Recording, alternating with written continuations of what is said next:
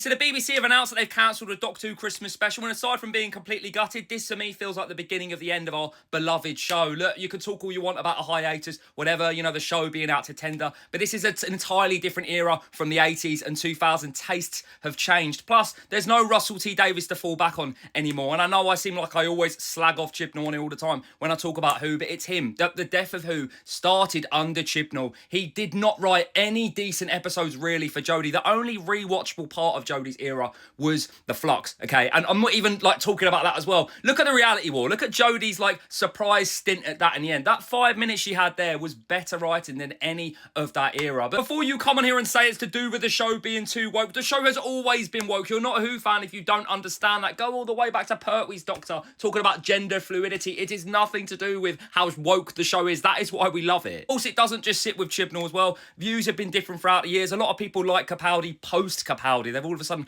grown into it a little bit, but the show has been declining. The reality is, like, as much as I love Russell T Davies, I will always love him. Like, I adore this show. It's got me through so many like troubled times throughout my life growing up. I think at the same time he's ruined some of that writing as well. Like, I enjoyed Shooty's era mainly apart from the series finales, like both of them. You know, it was great to not all of a sudden have the Daleks and the Cybermen as the main enemies. Like, we went slightly different. You know, we went with the gods and everything else, and then the reality war and the Empire of Death, you know, bringing Sutek back and bringing Omega back, having him defeated so easily. And then where does that leave the show now as well? Ending it on Billy Piper. You know, it was almost like there was a plan there. And you see what he put on Instagram, and he said he didn't write anything for that special. So why was the plan to regenerate the Doctor into Billy and then all of a sudden not know what the plan was? What happens after that? The next writer coming, whoever that is, who is that going to be? Do they retcon Billy's regeneration? Do they write it in? Do they skip a Doctor? There's so many questions about where this show can go. Viewership dipped post Tennant originally, let's be honest, and then Smith as well. Like I said, a lot of people